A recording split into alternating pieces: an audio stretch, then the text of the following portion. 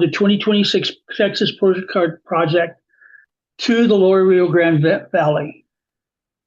We are going to cover two things. One, briefly, some overview about the project itself, so you can understand it and better write your messages.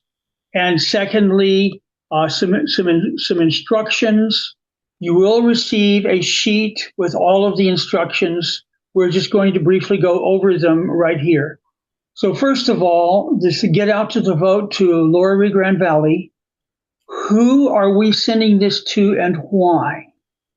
Of course, these postcards are designed to increase voter turnout, and they'll be sent to the Lower Rio Grande Valley counties who have the highest Latino population in the country.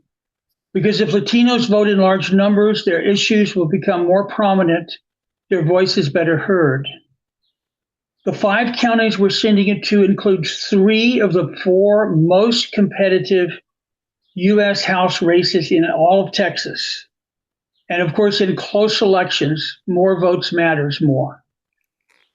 Also going to people who have a high score prediction for being alarmed about climate change, because that is such an important issue.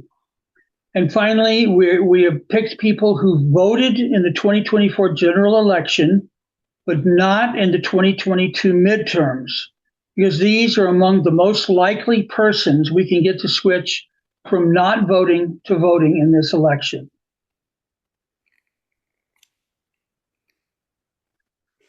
Okay.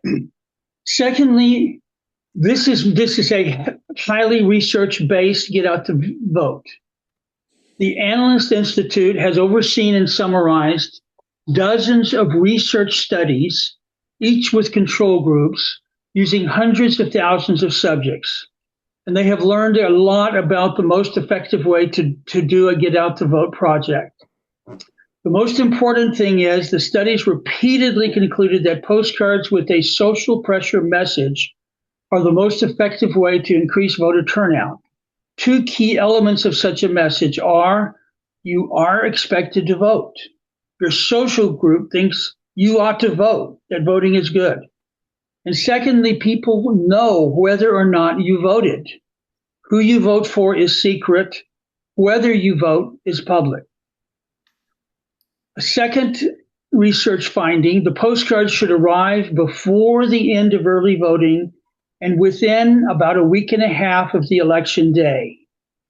If you are several weeks before that, the effectiveness of the postcard messages drops surprisingly. Third, short messages are more effective than long messages. 2 to 3 sentences is optimum. I think it can be more sentences with shorter sentences, but basically keeping the message short is important. Next, mentioning parties, candidates, or issues reduces the effectiveness of postcards to get out to vote.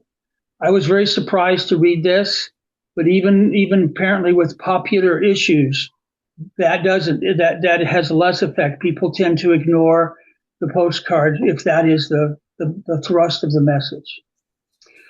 We did some other design touches based on general knowledge, experience, and there's other research that I don't know the specifics of.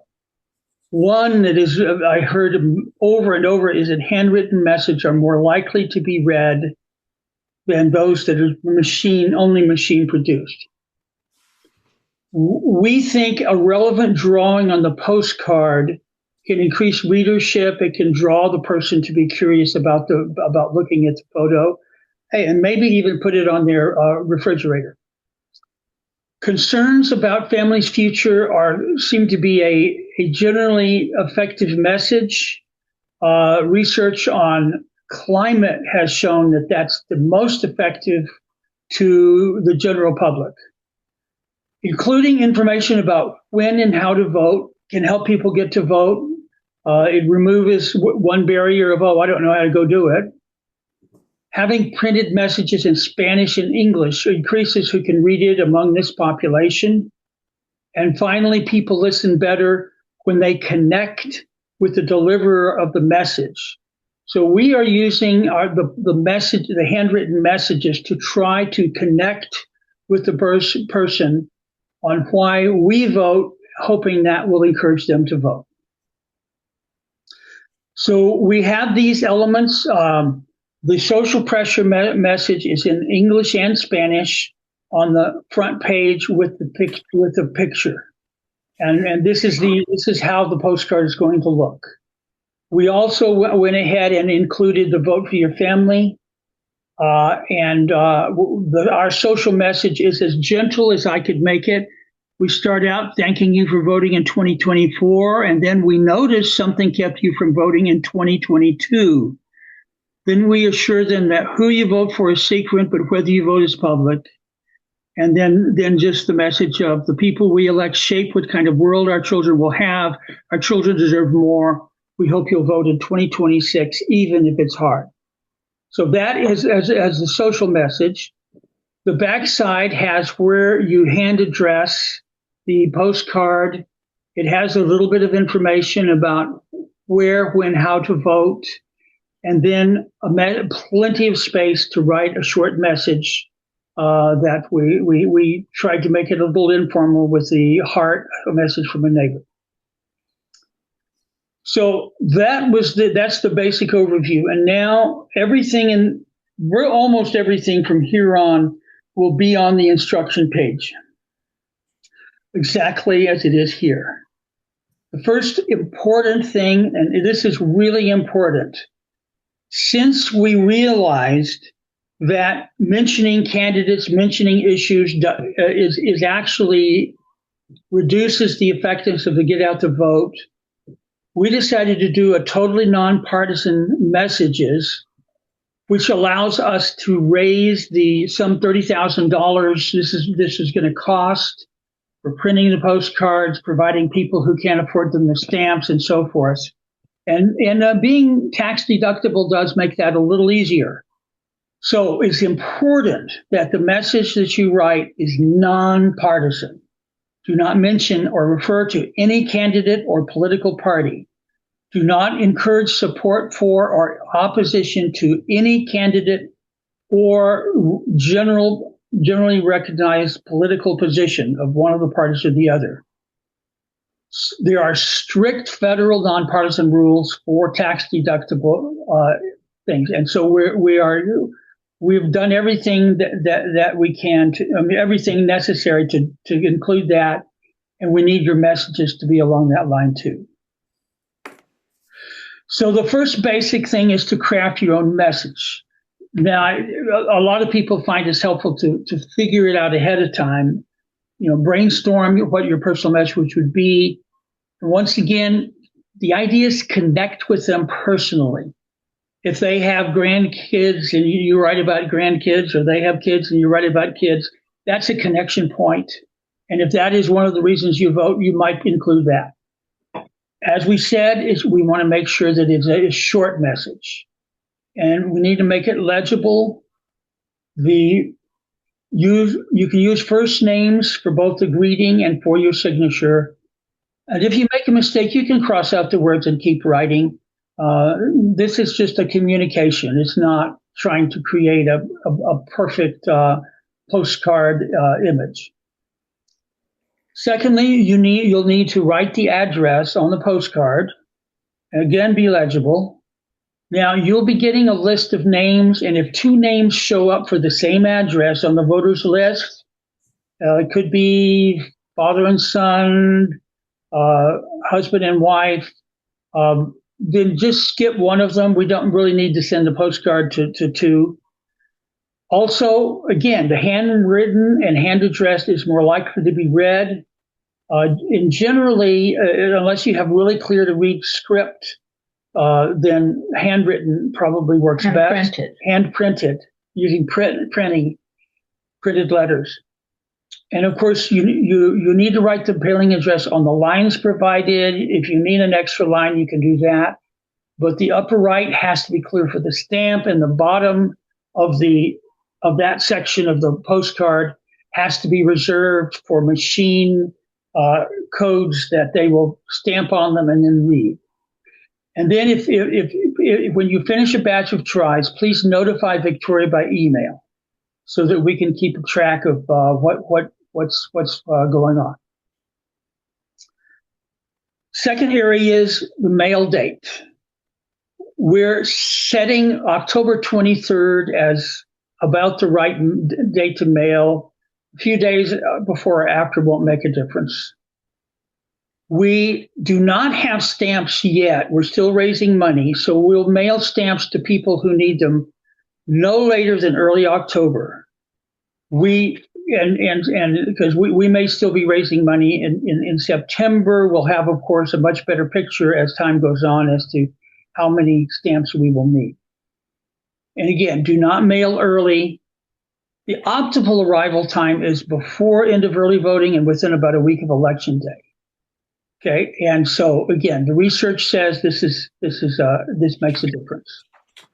And once again, after you mail them, if you would email Victoria, there's a few people who write them and then forget to mail them, so we want to send reminders to the people who we don't hear from. And finally, if you would rather not keep track of them, you can return completed postcards to a hub if there's one in your city. You could mail them to us, but that's an extra expense to you. But if you do, then you can send them without the stamps, and we'll have volunteers who can put stamps on and mail them at the right time. Okay, the back of the instruction sheet will have some sample messages. These may not be the ones on it. We will finalize which ones by the end of the week. But the idea is, once again, to personally connect to the people.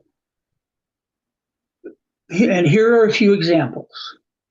I was 4 the first time I was in a voting booth. My dad took me with him, all dressed up, to see him cast his ballot. He told me voting was important and I must always vote once I grow up. Please vote. My grandfather's naturalization papers hung proudly on his office wall. He came to the U.S. in his 20s and worked hard for his citizenship, which he saw as both honor and responsibility. Voting, he taught me, keeps our citizenship meaningful. Please vote. When I am troubled about our country, it is easy to worry, complain, shut down, but that does no good. Voting does good by expressing my opinions about directions for our country. I will use my vote this November and hope you will use yours too.